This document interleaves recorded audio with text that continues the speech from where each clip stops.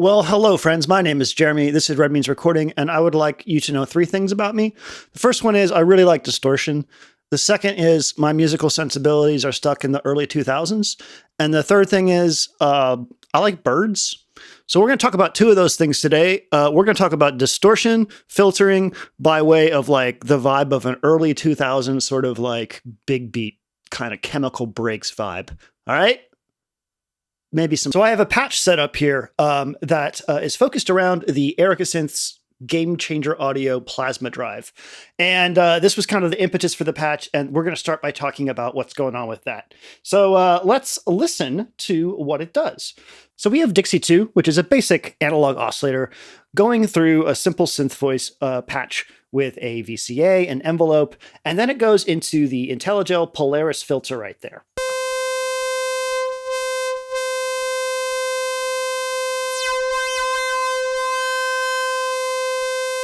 I want you to hear what this sounds like before we bring in the plasma drive, and I also want you to hear what the filter sounds like.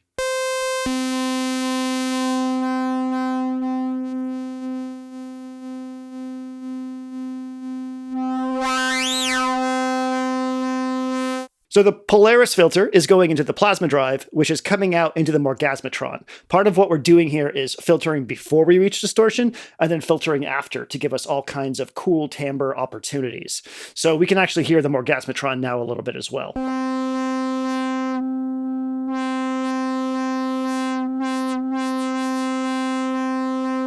We also have a little bit of frequency modulation coming from the same envelope that's making our VCA do a thing.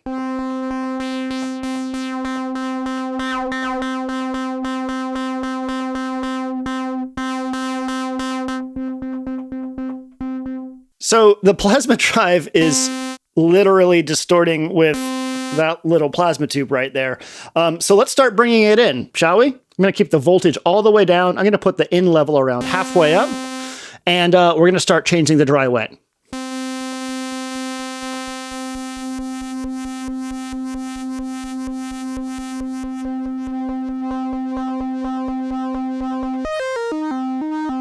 There's our original song.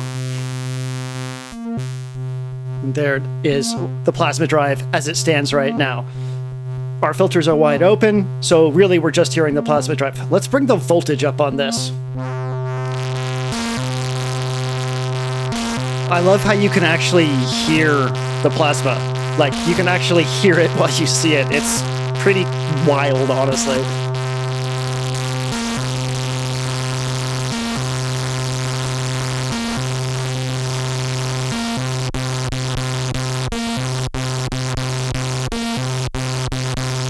So the plasma drive has some controls on it that are going to wildly shape the way its timer works. We have a bass and treble, a basic EQ with a flip switch for that to be on and off. We also have this crazy octave trigger and sub trigger thing, which add a whole like undercarriage of girth to the whole thing. So I'm going to play this and adjust these so you can kind of hear what they do to this saw wave now that we have this fully engaged.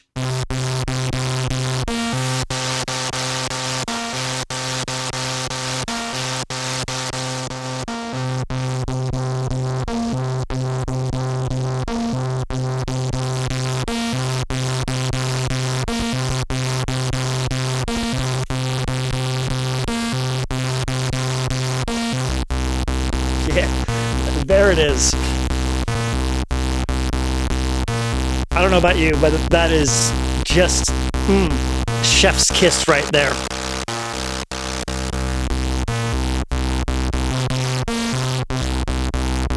So you might notice that the plasma drive does add this sort of like really sort of aggressive sort of top end buzz that you can literally associate with the visual electricity running through it, but it also really likes bass. So the next thing I want to show you is I have the Klavis Twin Waves running into it as well. I have it like coming into a VCA with an envelope. That's what the second envelope is right here. It's running into a mixer, and that mixer is running into this. So two individual voices are running into the plasma drive. The twin wave voice, which is a basic saw sound, is going to be an octave up, and it's not running through any filters. And I want you to hear how this reacts to higher frequency stuff, like stuff that's up an octave.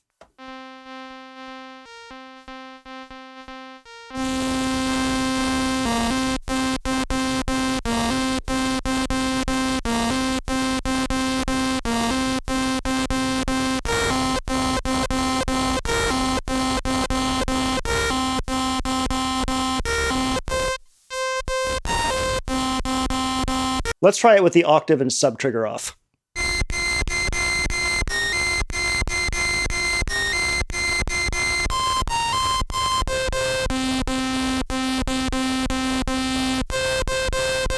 So you can hear the Plasma Drive really kind of favors low-end stuff, but it does add that really kind of like crazy plasma-y top end to stuff, which is also pretty cool.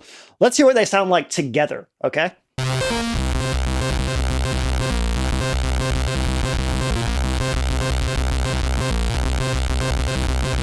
Pretty wild sounds. So we have multiple filters at play here, and I think it's time to bring in a little bit of a beat and talk about what happens when we filter something like this beforehand and what happens when we filter something like this after the distortion. So let's have just the Dixie playing into it to start with, okay?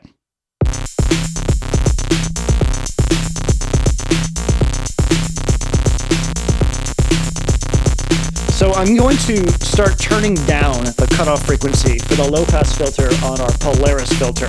And we're going to listen to it without any resonance first, and then start to increase the resonance so we get that crazy howling sound, all right?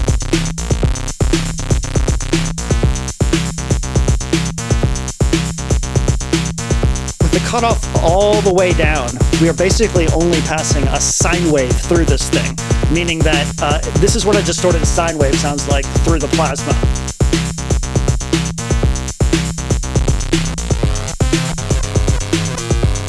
I've just increased the resonance of the Polaris filter going in to the distortion.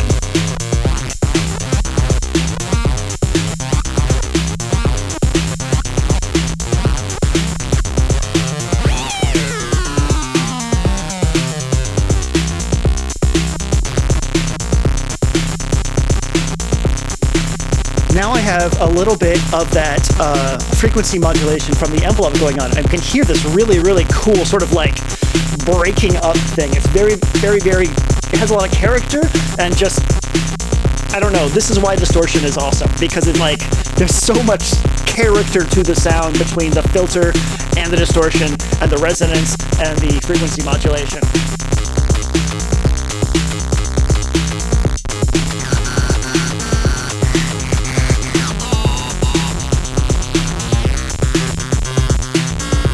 That is good. So that's why I like distortion, and that's why I like filters.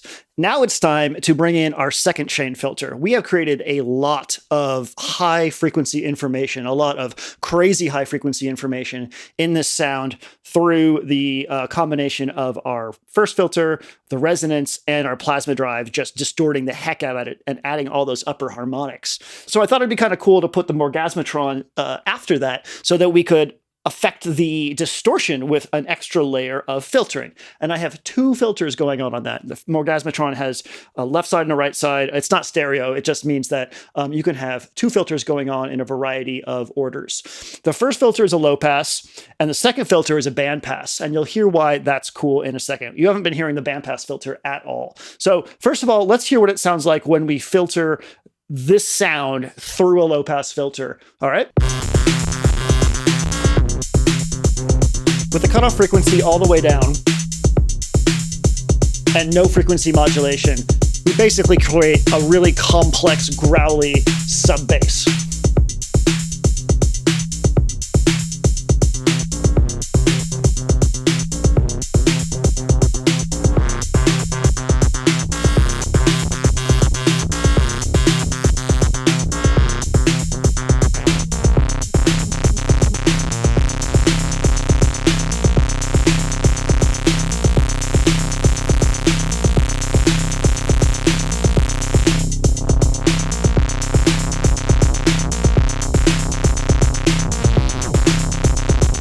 The Gamechanger Audio Plasma Drive comes in a Eurorack form and a pedal form, like for guitars, and I can absolutely see why. This makes things sound guitar-y. Let's talk about the bandpass filter. The bandpass filter has nothing going into it right now. I'm going to increase the volume to the bandpass filter so we can start hearing what that sounds like, and I think you're really, really going to like it. I hope so. I like it. I think it's badass. Let's do it.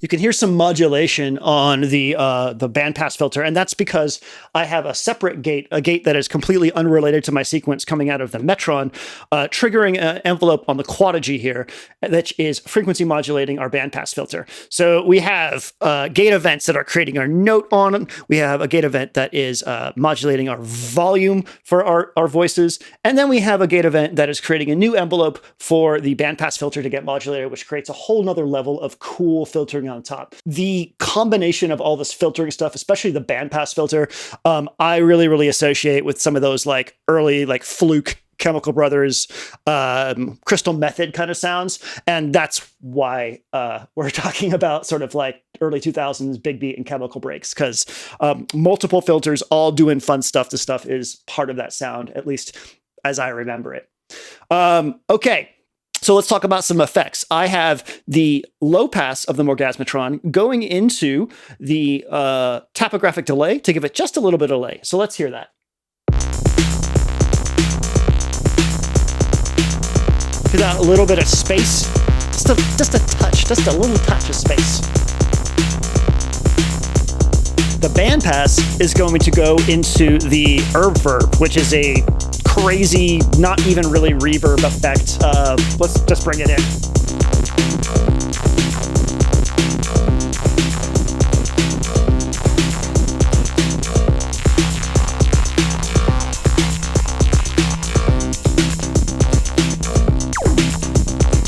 A little bit of space adds a lot of vibe. Okay, there's one more thing that I decided to add to this, if you don't count the drums I'm going to add in a second, and that is the Ensemble Oscillator. So let me play a note on that for you and talk about why this falls into distortion as well. And then I'm just going to jam a little bit, okay? The Ensemble Oscillator is a sine wave core oscillator that has the ability to like spread out into chords, intervals. Like I think you can have up to 16 spread oscillators. I've done a video about it. I love it. It's awesome. But one of the things that I've really been enjoying it for lately is using it as a really nasty single voice, a nasty mono voice. So sine wave core. But listen to what happens when I start playing with these. So that basically turns it into a saw wave. Already getting somewhere.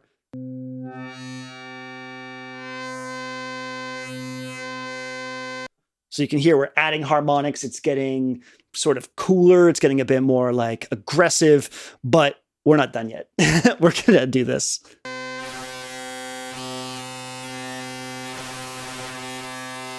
That cross FM is the key here. And you can hear we've gone from a sine wave to something much, much nastier.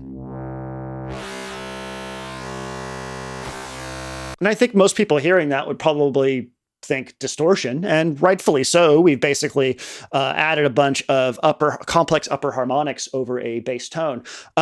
So I thought this was a really good addition to this patch to jam on in a cool way. If you're not using audio rate modulation like FM on your patches to get nastier voices, you should definitely try it, because oh boy, does it work. The last piece is some break beats, and fittingly, they're from a 90s sample CD called Norman Cook's Skip to My Loop. Norman Cook, of course, being Fatboy Slim, and they sound like this. Those are being played by the Erica Synth sample drum, while all the rest of our drums are coming from the VPM EQD. So a big, sludgy, low-end focused, like breakbeat kind of thing, which I love. I love it to death. So I'm going to reposition these cameras, and I'm going to start jamming on this patch. I hope that was fun for you. The core that I want you to take away from it is you can and should maybe filter before your distortion to get that screechy sort of like 303, that classic 303 distortion.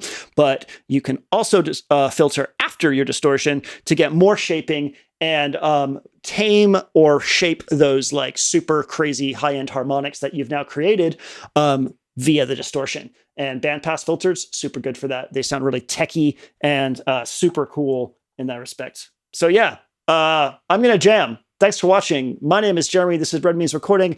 And birds are cool.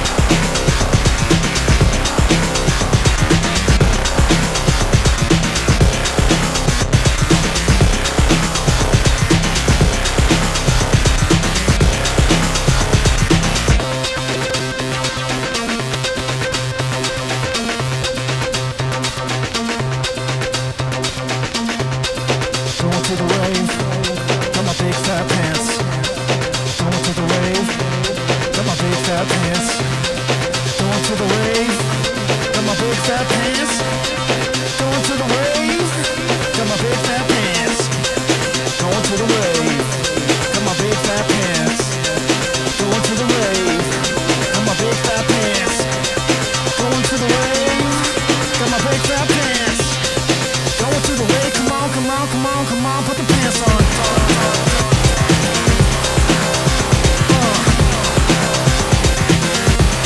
And my big fat pants.